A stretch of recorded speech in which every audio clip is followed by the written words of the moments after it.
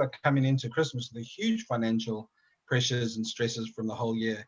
Others, some people have been on furlough and feel that they've been on holiday, but they're not sure about their job. But a lot of the business owners haven't had any holiday through the year and are stressed to the T.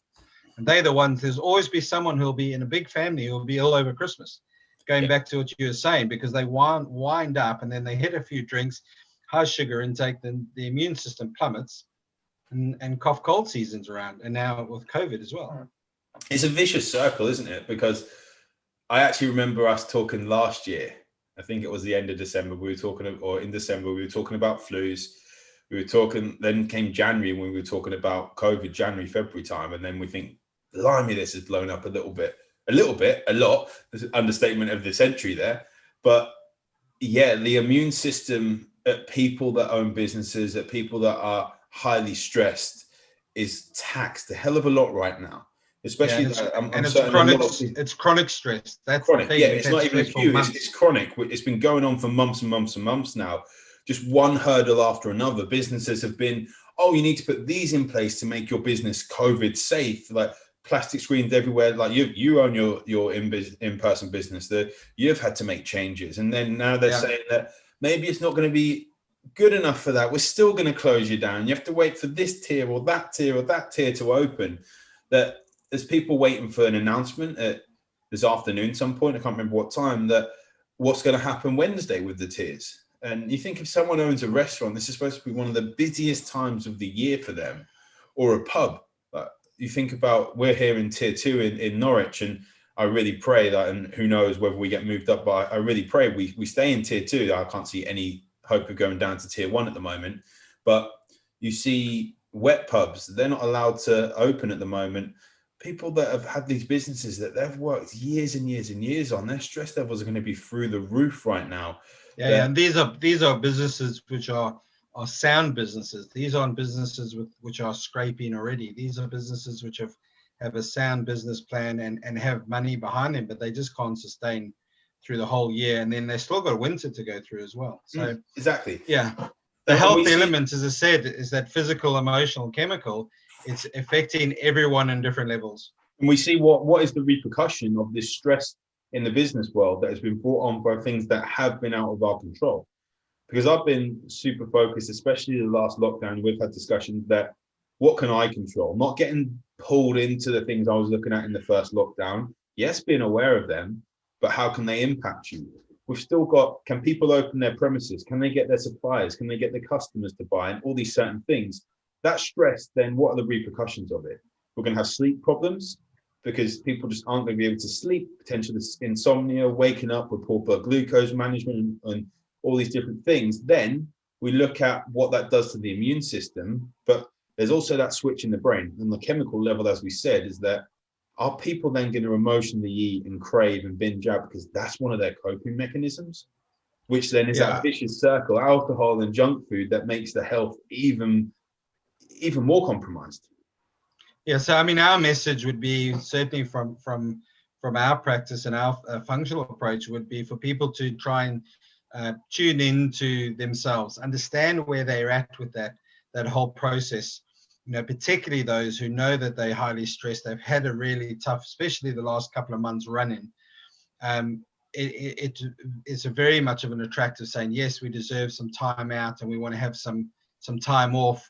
And so we overindulge. But if they're already on run down, they're already on reserve battery life, to push it is really going to ask for some troubles from a health perspective. Whether that's immediate or whether that's down the line, that's a big thing. So I think the idea really with this year, we have some time over Christmas to spend with some family, but actually trying to use it as some time to readjust and absorb the stress of the year, and to rest and recharge and just go back to those basics. I think there's a lot more appreciation for what we have and what's important, but I think we need to try and use those the week around Christmas as some time off, rather than that we have to put on the magic of Christmas and we hold ourselves to such a high level of demand over Christmas.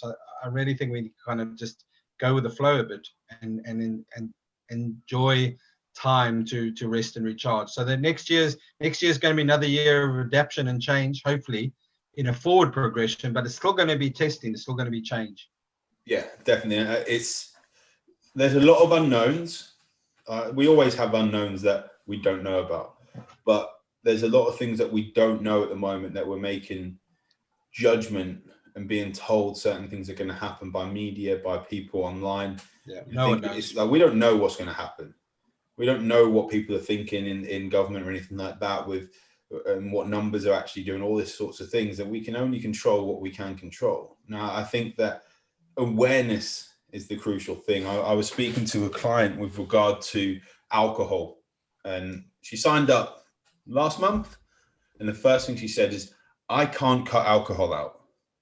And I said, is it you can't cut alcohol out, or you won't cut alcohol out? There are different things. You can't is the body relying on alcohol to actually function and is an addiction. You won't is okay, because we can work on that a bit more. But if you physically can't function without alcohol, that's when we've got a bit of a problem. And I think that's where our language needs to come into it. So if it's you won't cut it out, why? If you want to improve your health and you are having high levels of alcohol, great. But if we look at what is that actually doing to your body, then maybe we can just make better choices and work on it that way. But I think especially right now, people, and I know I have a couple of friends who have been, and they're in the fitness industry and they've worked on their health, but they've just hid their demons when it came to alcohol, just constantly drinking because that's their way of coping. And I've been open about my exercise being my way of coping in the past, and it's finding, I suppose, what are your coping mechanisms? I mean, and this, as you say, this time of year we get hit with all the buttons, which are classically for most people is the food and drink. For me, it's food is the big one. Through the years, alcohol's got less and less of an issue from focus for me. But food is comfort. There's a lot more to it than that, and alcohol is the same for some people. And we all built up to have an addictive element to us, but we can always justify it. So my question for a lot of people with alcohol is that, could you be the one who goes to the New Year's party, but doesn't drink and drives everyone home at 2:00 in the morning? And a vast majority of people can't do it. They would rather not go to the New Year's party, because it's not about the party, it's the alcohol and that comes with the idea of a party. And it's a very, very interesting question. But we can go into that and the addictive side of things for another podcast, because that's a whole different can of worms as well. But this time of year we will get pushed with those, because society and all of us gang up, and there's a herd mentality of like, well, come on, it's Christmas. My family, I grew up with, you could have this or couldn't have that through the years, but on Christmas, because the phrase was always, what do you think this is, Christmas? So on Christmas you could have, you could go to the fridge and have soft drinks or whatever, you could eat that because it's Christmas. What do you think this is, Christmas? Yeah, well, it is. So we tend to have that concept of Christmas is, it's all on the platter, it's served there, and they bring out the best stuff for Christmas. The shops bring out, there's some things you can only get for Christmas. Well, it's you can't get them around the rest of the year. Yeah. And even like we see things like through the years, we see like fast food restaurants where they have their certain special burger or special hot dog or whatever it is, their special sandwich that comes out because it's a scarcity side of things. We have like the coffee shops having their pumpkin spice latte at Halloween, where everyone, if they had them all year round, they wouldn't be as special. It is down to marketing. It goes as far as my wife. It leans more on the vegetarian side, even sometimes vegan. But there's one of the supermarkets has their nut roast, their Christmas nut roast. She says it's the best out there. She'd have that all year round if she could. But they only bring it out for Christmas. Yeah, all the time. And then we have like even the chemical connection of smells at Christmas time. Yeah. So I don't know where it was like in South Africa, but over here, I know my mum used to always get the oranges and then put like cloves in them. And then so we always had the orange and clove smell, and like cinnamon was the smell around Christmas. All these different smells that have those triggers in your mind that Christmas is coming. And that Yeah, we also have them, opens but up so much we more. have them, but they are usually sun cream, and it means that it's summer and you're going to the beach. But I know what you mean. I grew up with an English parent, so always had a very English Christmas, but in 30 odd degrees, and around the beach and that. So I actually find it a bit strange. My association with Christmas is different. The last year we were in South Africa for Christmas. And this year, it's actually, we feel it's a lot more toned down. We've, like many people on different levels, have a tough year. And we're in a new house. So we're actually looking forward to just being us, the small immediate family, for Christmas and some time together in our new house on our first Christmas here. Whereas last year I was with 30 odd of my family in a big Christmas over a long day, outdoors, very active. So that feels more normal. The Christmas here feels to me a lot more quiet, a lot more sedentary, which actually for this year I think for me is what I need. Was for a lot of people they were trying to up the ante and make it big, and that's where the pressure of it comes. Yeah, I think it's allowing ourselves not to get carried away, and I think pushing forward with the magic of Christmas, because there's still, if you've got kids in your family, there's still going to be some sort of magic of Christmas, and even if you haven't, there's finding a way of creating that. Because I've found that if there's other focus, then we're not going to just focus on the food. No.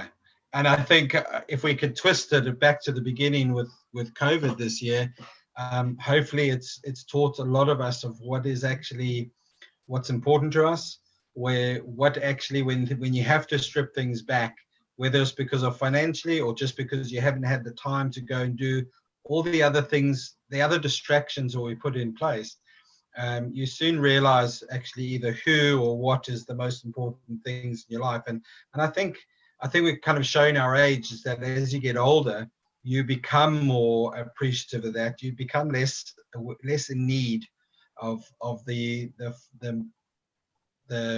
material side of Christmas, but more in need of the emotional connection. And I think sometimes keeping Christmas perhaps smaller.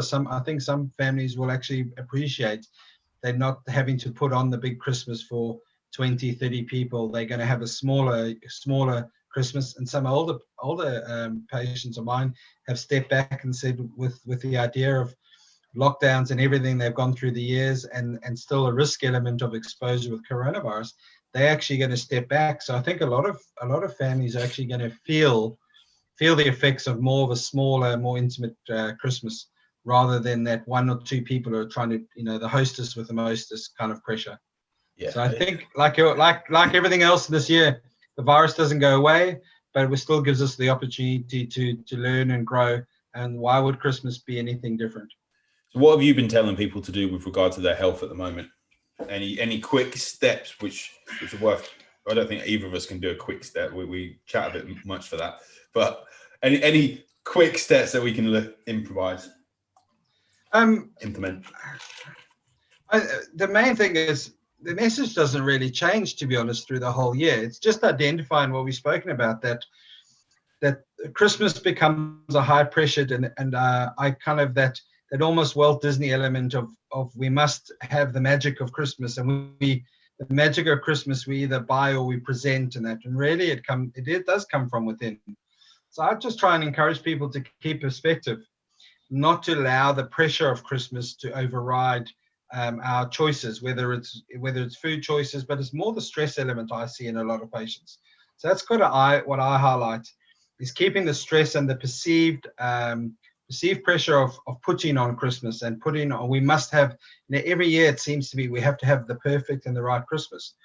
But I think Christmas is imperfect. The Christmas is always about that some food gets left and burnt, or you forget to buy it, or it doesn't get delivered on time, and someone's ill and there's not enough chairs, and that's Christmas, is people coming together. So I try and focus more. I just see people get wound up and stressed, and I think that stress pushes people into all sorts of other poor decision making, whether it's alcohol or sleep or food and pressure. So the big thing is for me is keeping the pressure of Christmas in perspective, and you've seen it, that the festive season, those 3 or 4 or 5 days, what opportunity does that present me? So now my number one thing I do, which I'm not very good at because I enjoy my work, is over the Christmas period, especially Christmas Eve, Christmas Day, Boxing Day, 4 or 5 days, I do no work.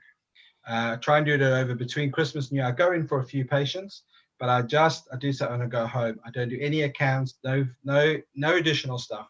It's the only time of the year when I'm totally off. And so I try and use that as my best opportunity, where I don't go and tag in and research stuff or read things up for patients, or I do. It's rest and family time. Yeah. That's my big thing. It's something I'm going to do with calls this year, is that I'll still do like some work. This is just what I do. Like I see that sometimes with some patients, because I have that communication all the time with them, if they message me or something like that, then I'm going to message them back. But having that switch off call wise means I'm not locked into a time to engage, because I think that we can get drawn in energy wise, and then it gets taken out on the people around us. But my thing I have been focusing on with clients is self-love. Whether that to you, that means getting your routine in check and having some consistency, but as consistent with bedtimes and wake times as possible.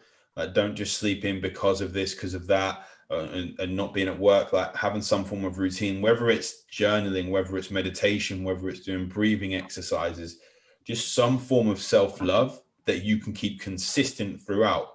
Because so many times, because the routine is gone, even if people do meditate in the morning or journal or do breathing techniques or just sit there and be present with themselves, because that routine has been thrown all over the place, it's harder for them to keep in there. Even if people are going to the gym consistently, don't just have the full week off because it's Christmas. If you want to go to the gym and it is part of your routine, keep something in there. Keep the walks maybe instead of the gym. For you, like the time off and actually getting out of a normal work routine is actually a great time to start.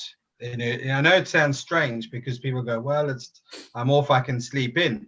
But if your goal is to get up and exercise in the morning before work or something, when other routines are disrupted, it's actually the easier time to at least start that. And if you can have a week of a run in, I mean, that's a great thing to highlight, is that actually, you, as you say, your routine is disrupted, but that kind of also falls into us, gives us that time off. We can actually use that time to get ourselves back on track. Yeah. And one of the things, and this is going to be a bit of a plug, it's a free thing, so it's okay, is that have something to focus on after the event as well, because a lot of people will push their health to the side right now in a way they don't always realize it, that Christmas is coming, I can't start anything now. So if that's the mindset you're into, have something ready. So I'm doing a free 6-week female health reboot where we focus on those foundations, where we look at anger management, I call it, and cravings, and getting your sleep in check, getting your routine in check, managing your blood glucose, stopping cravings and emotional eating, and just really, really diving into what the foundations of health can be over 6 weeks. So find something that you can start to focus on afterward.